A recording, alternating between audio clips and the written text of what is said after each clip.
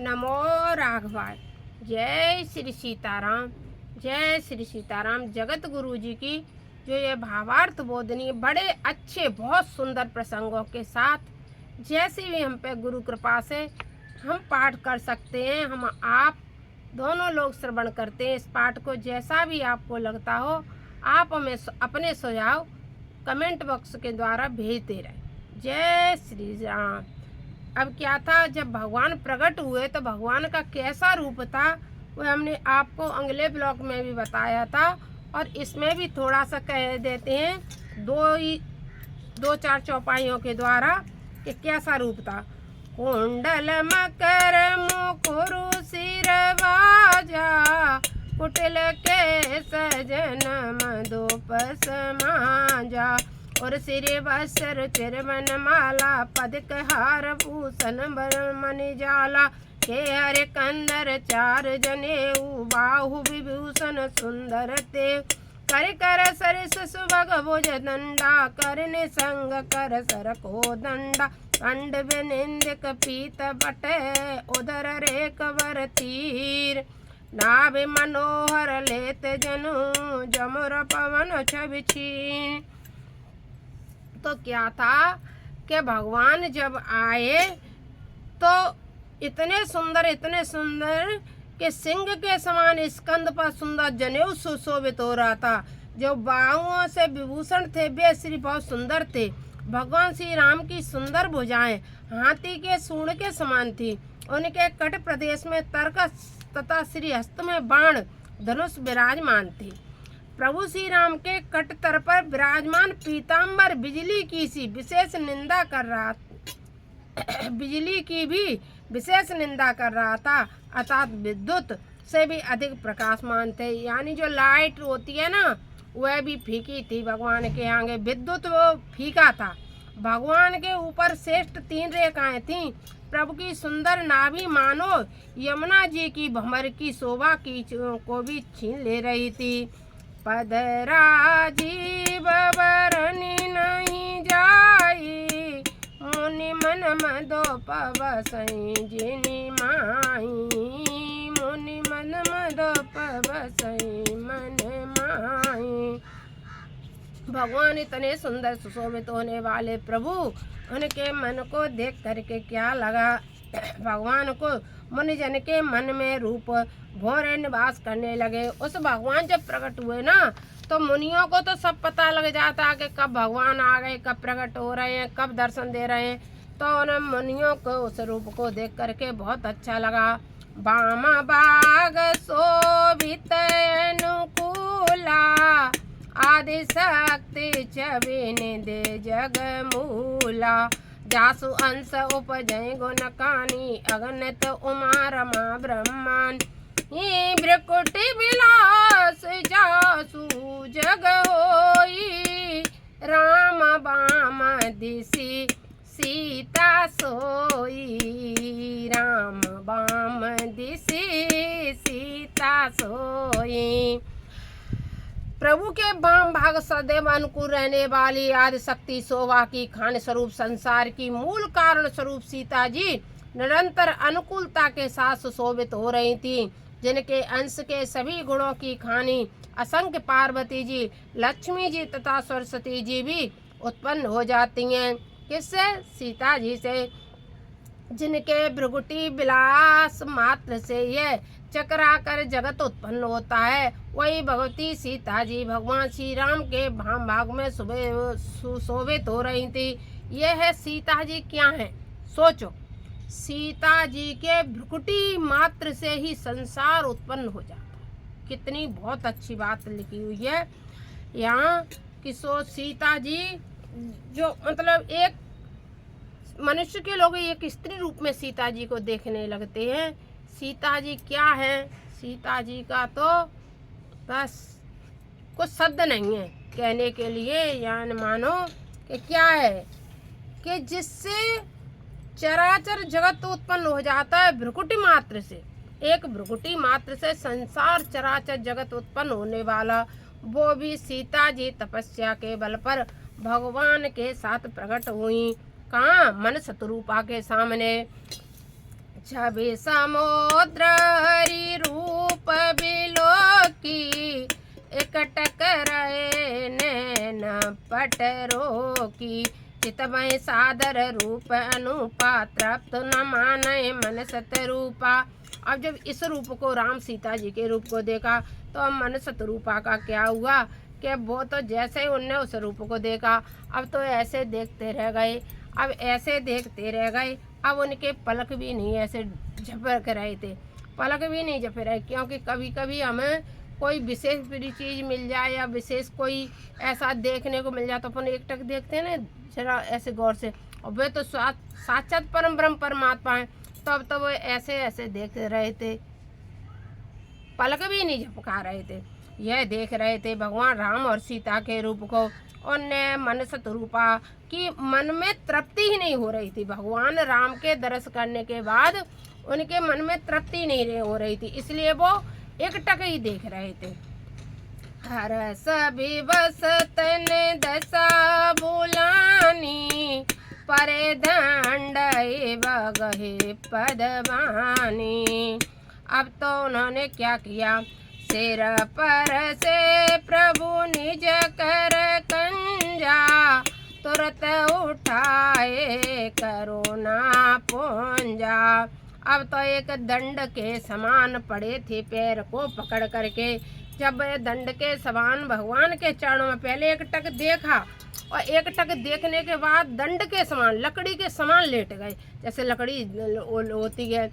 जब स्त्रियां तो दंड प्रणाम का नियम नहीं है, क्योंकि हमने पढ़ा है कि स्त्रियां जो दंडवत प्रणाम की जाती है ऐसे किसी को प्रणाम नहीं कर सकते। परिक्रमा के रूप में दंडवती परिक्रमा बहुत सी स्त्रियां देती हैं, हमने देखा, उसके बारे में पढ़ा नहीं। दंडवती परिक्रमा तो कर सकते हो, परिक्रमा कर सकते हो, वैसे तुम प्रणाम साक्षात करना चाहो किसी को तो स्त्रियों के लिए यह नहीं है कि वो दंडवती साक्षात, लेकिन भगवान पुरुष तो साक्षात दंडवत कर ही सकते हैं, इसलिए वो लकड़ी की तरह पड़े थे तो भगवान ने उन्हें उठा लिया। अब भगवान ने उठा लिया, उठाए करुणा पुंजा, बोले कृपा निदान पुनि, अत प्रसन्न मोहि जानी, मांगो वर जोई भाव मन, महादान अनुमान। अब तुम्हें जो कुछ भी अच्छा लगे वह वरदान मांग लो। अब उन्होंने मन सतरूपा ने ऐसा कहा उनसे, जो भी वरदान तुम्हें अच्छा लगे वह मुझसे मांग लो, मैं तुम्हें वरदान देने के लिए आया हूँ। जब ऐसा भगवान ने मन सतरूपा से कहा तो अब क्या वर मांगेंगे, सुनो। सोने प्रभु बचन जोरे जुग पानी, धरी धीरज बोले मुझसे कानी। ऐसी वाणी को सुन करके धीरता धरते हुए प्रणाम करते हुए बड़े मुस्करा करके वाणी बोले। क्या वाणी बोले, मांगो बर जोई बाबा मन, प्रणाम करते हुए बोले, नाथ देखी पद कमल तुम्हारे, अब पूरे सब काम हमारे। हमने आपको देख लिया, अब तो हमारे पूर्ण काम हो गए, अब हमारे मन में कोई अभिलाषा नहीं बची है, अब हम क्या वरदान मांगे। एक लाल सा बड़े और माई, सुगम अगम कहे जात सुनाई, तुम्हें देते अति सुगम गुसाई, अगम लाभ मोह निज कृपनाई। अब क्या कहते हैं, वह सगुण भी और अगम भी है, इसलिए वह कहीं नहीं जा रही है, वह देने में आपके लिए सुगम है, परंतु अपनी कृपणता के कारण मुझे अत्यंत अगम अर्थात कठिन लग रही है। पहले तो उन्होंने कहा कि अब हम क्या मांगे, जब आपके चरण देख लिए अब किसी के मांगने के लिए मुझे चाह नहीं है, और मुझे चाह नहीं है क्योंकि अब जब भगवान साक्षात मिल गए, भगवान ने चरण देख लिए तो संतुष्टि तो तुरंत ही हो गई। लेकिन फिर कह रहे हैं कि एक सुगम वरदान भी है, आपको देने में बहुत सुगमता है, आप दे भी सकते हो। जथा दरे दबि दुख तरोपा, जथा दरे द्रव्य बोध तरोपाई, बहु संपत्ति मांगत सको चाई, तासु प्रभाव जान नहीं सोई, तथा हृदय मम संशय होई। जैसे दरिद्र व्यक्ति कल्प वृक्ष को प्राप्त करके बहुत ही संपत्ति मांगने में संकोच करता है, क्योंकि कल्प वृक्ष का प्रभाव वह दरिद्र नहीं जानता, उसी प्रकार मैंने मन में संशय हो रहा है। जैसे कल्प वृक्ष से जो कुछ भी मांगा जाता है वो प्राप्त हो जाता है, तो वही वो कह रहे हैं कि कल्प वृक्ष मिलने के बाद में यदि कोई मनुष्य कहे कि हमें इस चीज़ की ज़रूरत है, हमें यह चाहते हैं, तो यह समझो वह दरिद्र, मतलब कल्प वृक्ष की उसने महिमा नहीं जानी। तो वही वे कह रहे हैं कि वो व्यक्ति उस कल्प वृक्ष को मिलने के बाद भी कुछ धन संपत्ति मांगे, दरिद्रता अपनी मिटाने की मांग करे, वही ऐसा ही हम भी कर रहे हैं। आपको मिलने के बाद मेरे मन में लेकिन वह धन संपत्ति, जो कल्प वृक्ष मिल गया फिर भी धन संपत्ति मांगने में मुझे संकोच हो रहा है। दानि शिरोमणि कृपा निधि, नाथ कयऊ सति भाऊ, चाहूं तुम्हें समान सुत, प्रभु सन कवन दुराव। सो और वो भी कह दिया, और उससे पहले ये चौपाई रह गई। सो तुम जानऊं अंतरयामी, पुरभव मोर मनोरथ स्वामी, सकुच विवाह बिहाई मांगो न पमोई, मोरे नहीं अदे कचुतोई।